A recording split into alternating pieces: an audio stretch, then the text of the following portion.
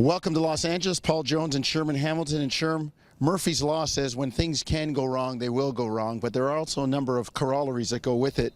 One of them says, even when you win, you lose. And the Toronto Raptors beat the Lakers, but lose Jonas Valanciunas to a broken hand. Yeah, it's unfortunate. You know, Jonas Valanciunas plays such a big role in what they do. And, you know, a lot of fans talk about the fact that Jonas doesn't get the ball. Jonas has improved in so many areas. He's helped his team in rebounding. Defensively, he's much better. He's not fouling as much.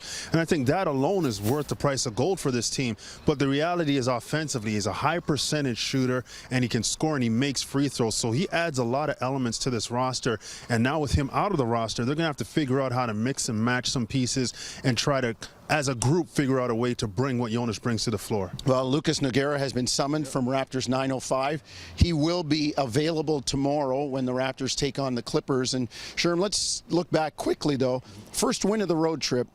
They did a lot of it without Jonas, who didn't play. What did they do differently? I mean, the Lakers made a run at them in the fourth quarter, and they were able to withstand it. Yeah, I think it was the ball movement and the spacing in the fourth quarter. Dwayne Casey opted to go with bench guys to start that fourth quarter, and I think those guys, because they're not main guys, were able to really understand that the sum is greater than the parts, and they moved the ball, they spread the floor, and they got the ball into the right guy's hands when the shot clock was winding down, Corey Joseph, and he was able to make plays. So there, to me, was a better understanding of flow in that fourth quarter, and, you know, guys like DeMar were inserted, Kyle was inserted later on in that fourth quarter, and they continued the process. In the past, we've seen DeMar try to do a little bit too much one-on-one, Kyle maybe getting bottled up in the paint. So I hope that they grow from this and understand that movement and that spacing is going to create those driving lanes for guys like Kyle and DeMar. Well, a little more trust maybe creeping into the equation, and they'll need that trust, especially going forward without Jonas Valanciunas.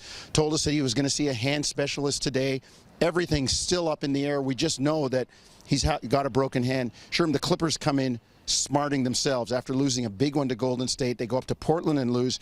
They're dangerous coming home right now. And again, the Raptors playing without Valanciunas. And there's a lot of size in that Clipper lineup in DeAndre Jordan. Right, and it's easy to let go of the rope. The last game of the road trip, looking to get back home. But for the Raptors, again, it's pretty simple. You get off to a good start. You make sure you don't give the Clippers those alley-oops, those highlight plays to get the crowd infused.